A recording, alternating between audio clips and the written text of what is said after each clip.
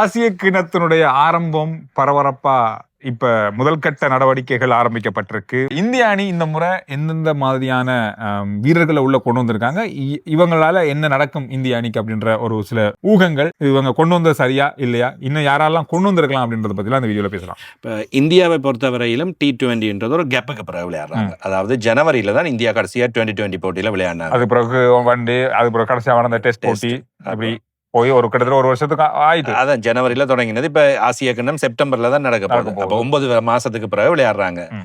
IPL விளையாடினது ஒரு அனுபவம் இருக்கு. அது இருக்கின்றது. சரி சந்திர, இப்ப அந்த தேசிய அணி என்று பார்க்கின்ற வேளையில் ஒரு கேப், இது ஒரு பெரிய கேப். ஆனா இப்ப இந்தியா எல்லாம் T20 கணக்கெடுக்கிறது இல்லை.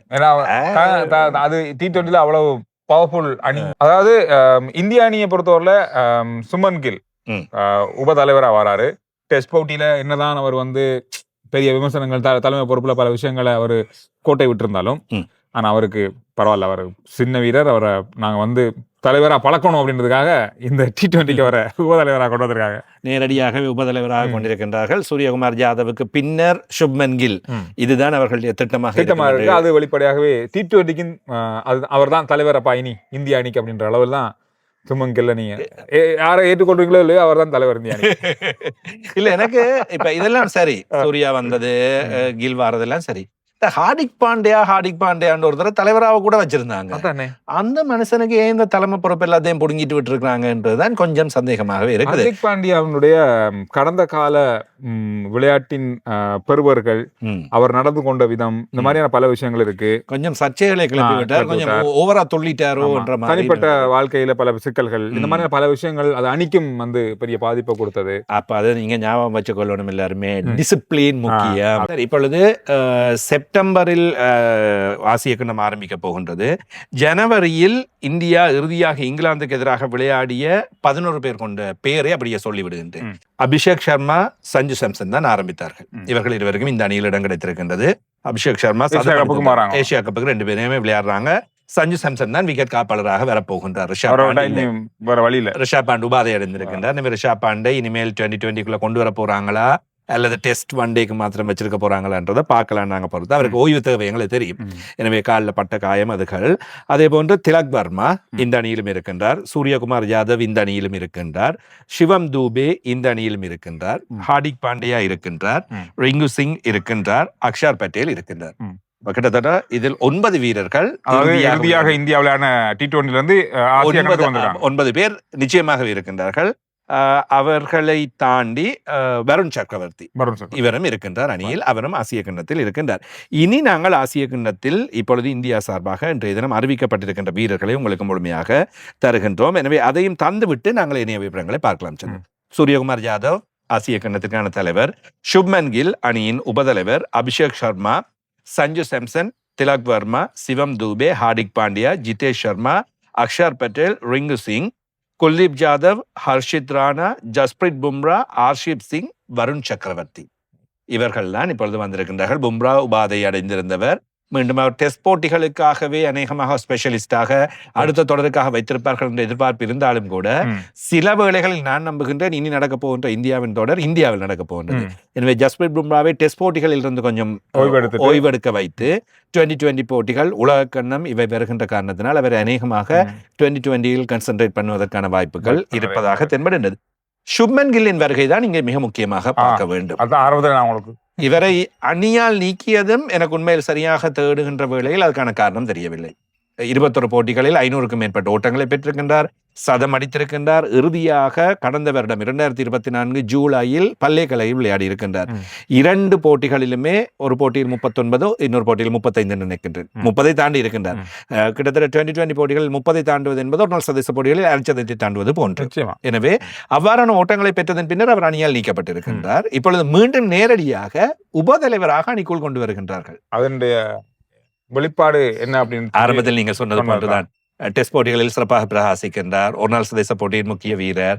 இருந்தாலும் அணித்தலைவராக இந்த முறை செயற்பட்டிருக்காரு. எதிர்காலத்தில் அவர்தான் ஹீரோ, அவர்தான் இந்தியாவின் கிங் என்பதை அவர்கள் வைத்துக் கொண்டுதான் செயல்படுகின்றார்கள். இது வெளிப்படையாகவே எல்லாருக்கும் தெரியும். நீங்க என்னதான் சொன்னாலும் அதுக்கு பிறகு இல்ல சுமன் கில்லை விட இவருக்கு கொடுக்கலாம் அப்படின்னு சொல்லி நீங்க நினைச்சீங்கன்னா பாப்போம் கருத்துக்கள் யார் அந்த இடத்தில். அதிலும் பார்க்க சுப்மன் கில் டொப்போட பேட்ஸ்மேன் என்று சொல்லியே இருக்கின்றார்கள். அதாவது அநேகமாக எனக்கு தெரிந்த ஆரம்ப துடுப்பாட்ட வீரராக விளையாட போகிறார். நிறைய இருக்கு. சாம்சனே நான் நினைக்கின்றேன் 3வது அல்லது 4வது இலக்கத்தில் அல்லது விக்கெட் காப்பாளர் என்றபடியால் மத்திய தர்வசையை கொண்டு வருகின்றார்களோ தெரியவில்லை. ஏதோ ஒரு சின்ன அட்ஜஸ்ட்மெண்ட் இருக்க போகின்றது. ஜிதேஷ் சர்மா ஆரம்ப துடுப்பாட்ட வீரராகவே இருப்பார். இதுல இன்னொரு விஷயம், அனுபவம் வாய்ந்த பல வீரர்கள் இந்த முறை ஆசிய கணத்துல இருக்க மாட்டாங்க. ஒன்று தோனி இருக்க மாட்டாரு, விராட் கோலி இருக்க மாட்டாங்க, ரோஹித் சர்மா இருக்க மாட்டாரு, அதோட ஜடேஜா இருக்க மாட்டாங்க. இந்த மாதிரி மிக மிக முக்கியமான அந்த வீரர்கள் இதுல இருக்க மாட்டாங்க. இந்த வேற மாதிரி ஒரு இந்திய அணியை ஆசிய கண்டத்துல நாங்க பார்க்க போறோம். ஒரு புது ஆனாலும் சந்திர இந்த அணியை பார்க்கின்ற வேளையில் அவர்களுடைய பெறுதிகள், பெற்றுக்கொண்ட ஓட்டங்கள், விளையாடிய போட்டிகள் எங்கோ ஒரு விதத்தில் இவர்களை சுத்தி சுத்தி சுத்தி இந்தியா பாவித்துக் கொண்டே இருக்கின்றன. அதாவது இப்ப விராட் கோலி, ரோஹித் சர்மா எல்லாத்தையும் இப்ப உண்டாக்கி இருக்காங்க. ஒரு 20 போட்டிகள் 30 போட்டிகள் விளையாடிய வீரர்களாகத்தான் இவர் பார்க்கின்ற வேளையில் வேற என்ன இப்பதானே புதுசா விளையாடுற மாதிரி இருக்கும். ஆனா 20 தொடக்கம் 30 போட்டிகள் விளையாடிய அனுபவஸ்தர்களாக இவர்கள் இருக்கின்றார்கள். தொடர்ந்து நீண்ட காலம் ஒரே அணியில இல்லாதால அப்பப்ப விளையாடி போறதால புதால போட்டிருக்காங்க. அந்தந்த இடங்களை ஒரு தடவை ஓய்வெடுக்க செய்து மீண்டும் விளையாட வைப்பது இந்தியாவின் திட்டங்கள் சரியான முறையில் நகர்ந்து கொண்டுதான் இருக்கின்றன. எனவே ஆசியா கிண்ணத்திற்கான அணி வர அறிவிக்கப்பட்டிருக்கின்றது. திட்டமிட்டு இந்திய அணி இந்த அணியை தயார்படுத்தி இருக்கிறது. இந்த ஆசிய கிண்ணத்தை கைப்பற்ற வேண்டும் என்ற முழு நோக்கத்தோடு இந்த அணியை இறக்கியிருக்க நான் நம்புறேன். இது பலமான அணி. இதை தாண்டி இருக்கின்ற வீரர்களை பார்த்தா அடப்பாவிகளா இவரெல்லாம் இல்லையா? ஜெய்ஸ்வால் இல்லை. ஜெய்ஸ்வால் IPL ஆக இருக்கட்டும், 2020 போட்டி, டெஸ்ட் போட்டி, ஒரு நாள் போட்டி என்று எந்த போட்டிகளில் வாய்ப்பு கிடைத்தாலும் வெளுத்து வாங்குகிறார். அவரை மேலதிக வீரராக வைத்திருக்கின்றார்கள். 15 பேர் கொண்ட குழுவை தாண்டி அவரை மேலதிகமாக வைத்திருக்கின்றார்கள். எனக்கு தெரிஞ்ச ஜெய்ஸ்வாலை விட இதுக்குள்ள இருக்கவர்கள் இன்னும் வேகமாக ஓட்டங்களை பெறக்கூடியவர்கள் இந்த இப்ப இந்திய அணி அறிவித்திருக்கிற பட்டியல் இருக்குன்னு நான் நம்புறேன். இல்ல, கடுமையான போட்டி இருக்கின்றது. அதே போன்று ஸ்ரேயாஸ் ஐயரை அணியில் எடுக்கவில்லை. 15 பேருக்குள்ளே கூட இல்ல. IPL போட்டிகளில் வெளுத்து வாங்கியவர், பஞ்சாப் கிங்ஸ் அணியை இறுதிப் போட்டியை கொண்டு சென்றவர், 600 கண்மித்த ஓட்டங்களை பெற்றவர், அவரையே அணியில் எடுக்கவில்லை. IPL அப்படின்றது எனக்கு தெரிஞ்சு அது ஒரு கண்காட்சி போட்டி மாதிரி தான் நான் பாக்குறேன். அப்படிதான். அதில் அடிக்கிறவர்களை வைத்துக்கொண்டு கணக்கெடுக்க முடியாது. அது வந்தாவா போனா போ அப்படின்னு சொல்ற ஒரு விளையாட்டா தான் மாறிடுது IPL. ஆனா இது அப்படி இல்ல. இது பொறுப்போடு விளையாட வேண்டிய ஒரு தேசிய ரீதியிலான விஷயமா இருக்கத்தால IPL 50 போலுக்கு 200 அடிச்சானே, 10 போல்ல 50 அடிச்சானே, அது ஒரு கண்காட்சியாகவே இருக்கு. அது ஒரு பெரிய ஒரு ரெக்கார்டா நாங்க எடுத்துக்கொள்றது கடந்த காலங்கள்ல குறைஞ்சிருக்குன்னு இருந்தது. IPL ஒரு ஐடியா எடுத்துக்கொள்ளலாம். IPL வைத்து இங்கே அணியில் இடம் பிடிக்கலாம் என்பது இல்ல. நீங்க IPL விளையாடி உங்களோட பெயரை வழிகாட்டலாம், ஆனால் உள்ளூர் போட்டிகளிலும் பிரகாசிக்க வேண்டும். அப்பொழுதுதான் உங்களுக்கு வாய்ப்பு கிடைக்கும். உதாரணத்துக்கு இலங்கை அணியினுடைய நம்ம வேகப்பந்து வீச்சாளர் மதிஷபத்ரன் சென்னை சூப்பர் கிங்ஸ்ல அவரை விட்டா வேகப்பந்து வீச்சு இல்ல அப்படின்ற அளவுல இருந்தவர். ஆனா இலங்கையில் அவருக்கு வாய்ப்பே இல்லை, குறைவு. ஏன்னா அது வேற, இது வேற. இதே போன்று ரிசர்வ் பிளேயர்ஸ் என்று மேலதிகமான வீரர்களையும் இந்தியா தெரிவு செய்திருக்கின்றது. உபாதைகள் ஏற்பட்டால் இவர்கள் தான் செல்வார்கள். பிரசித் கிருஷ்ணா வேகப்பந்து வீச்சாளராக, வாஷிங்டன் சுந்தர் சகோதரை வீரர் அல்லது சுழல் பந்து வீச்சாளர், ரியான் பராக் சுழல் பந்து வீச்சாளர், விக்கெட் காப்பாளர் இடத்திற்கு துருவ் ஜுரேல், ஜெய்ஸ்வால் ஆரம்ப துடுப்பாட்ட வீரர். அந்தந்த இடங்களையும் குறிவைத்து ஒவ்வொரு வீரர்களை மேலதிகமான வீரர்களாகவும் தயார் செய்து ஒருத்தர் அந்தந்த இடத்துக்கு ஏற்ற மாதிரி வச்சிருக்காங்க. என்னை பொறுத்தவரையில் மட்டும் மிக பலமான விளையாட போகின்ற அணி என்று பார்த்தால் பலமான அணியாக இருக்கின்றது. ஆசியா கிண்ணத்தை மிக இலகுவாக கைப்பற்றக்கூடிய ஒரு அணியாக இது தென்படுகின்றது. அதே மாதிரி சந்துரு, எனக்கு இந்தியா விளையாடும் என்று நான் நம்புகின்ற ஒரு 11 பேரை நான் சொல்கின்றேன். ரசிகர்கள் பார்த்து விட்டு விளையாடினால் நீங்க சொன்னீங்களே என்ற மாதிரியும் நான் எதிர்பார்க்கின்றேன். சுப்மன் கில் நிச்சயமாக ஆரம்ப துடுப்பாட்ட வீரர். ஜிதேஷ் சர்மா அவரோடு துடுப்படுத்த ஆடப்போகின்றார். சஞ்சு சாம்சன் என்னை பொறுத்தவரையில் 3வது இடம்.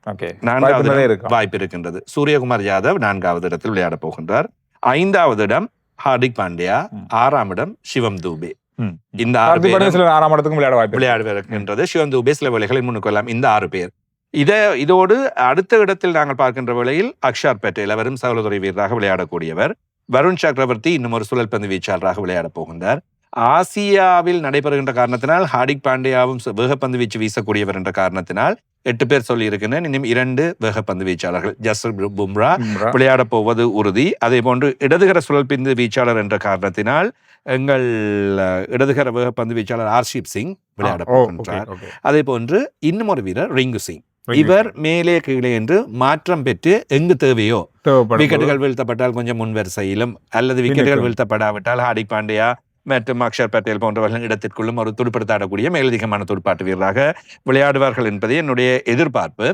ஹர்ஷித் ராணா போன்றவர்கள் இன்னும் ஒரு வேகப்பந்து வீச்சாளர்கள் தேவை என்றால் விளையாடக்கூடியவர்கள். துபாய் ஆளுகணங்கள் அநேகமாக 3 வேகப்பந்து வீச்சாளர்கள் போதுமாக இருக்கும். 2 சுழற்பந்து வீச்சாளர்கள், அதே போன்று அக்ஷர் பட்டேல் சகலதுறை வீரர், ஒரு வேகப்பந்து வீச்சாளரை காணும் என்ற நிலைமையும் இருக்கும். எனவே இவ்வாறு விளையாடக்கூடிய வாய்ப்புகள் தான் இங்கே அதிகமாக தென்படுகின்றன. குல்தீப் யாதவும் அணிக்கில் இருக்கின்றார். அடப்பாவிகளா, யாரை நிப்பாட்டுறது, யாரை எடுக்கிறது? மறுபுறத்துல திலக் வர்மா அணிக்க இருக்கின்றார். அபிஷேக் சர்மா தான் ஆரம்ப துடுப்பாட்ட வீரராக விளையாடுவார். ஜிதேஷ் சர்மா என்பதை நான் மாறி சொல்லி இருக்கின்றேன். அபிஷேக் சர்மா தான் ஆரம்ப துடுப்பாட்ட வீரர், ஜிதேஷ் சர்மா இல்ல. எனவே ஜிதேஷ் சர்மா மேலதிக வீரராக அணிக்குள் இருப்பார். இப்படியாகத்தான் இந்த அணி காணப்படுகின்றது. இதுதான் இன்றைய இந்திய அணி அறிவித்திருக்கிற வீரர்களுடைய விவரங்களும் அது தொடர்பான நம்மளுடைய கருத்துக்களும். நீங்க எதிர்பார்க்கிற அல்லது நீங்க நினைக்கிற விஷயங்களும் இதுதான். இதை விட வேற ஏதாவது நீங்க நினைக்கிறீங்களா? என்ன யாரை இந்த அணியில நீங்க மிஸ் பண்றீங்க அப்படின்றதையும் சொல்லுங்க கருத்துக்கள்ல. ஏனைய அணிகளுடைய அறிவிப்புகள் வந்தது, நாங்கள் அந்த அணிகள் பற்றி தருகின்றோம். சகல அணிகளும் அறிவிக்கப்பட்டதன் பின்னர் யார் யார் எந்தெந்த இடங்களை பெறுவார்கள், இப்படி இறுதிப் போட்டிகளுக்குள் எந்தெந்த அணிகள் வரப்போகின்றன என்பதை பற்றி முழுமையாக அலசி ஆராய்ந்து காரணங்களோடு உங்களுக்கு நாங்கள் அதை பின்னர் அறிவிப்பதற்கு அல்லது தருவதற்கு தயாராக இருக்கின்றோம். நன்றி, வணக்கம். சப்ஸ்கிரைப் பண்ணுங்க சேனலை.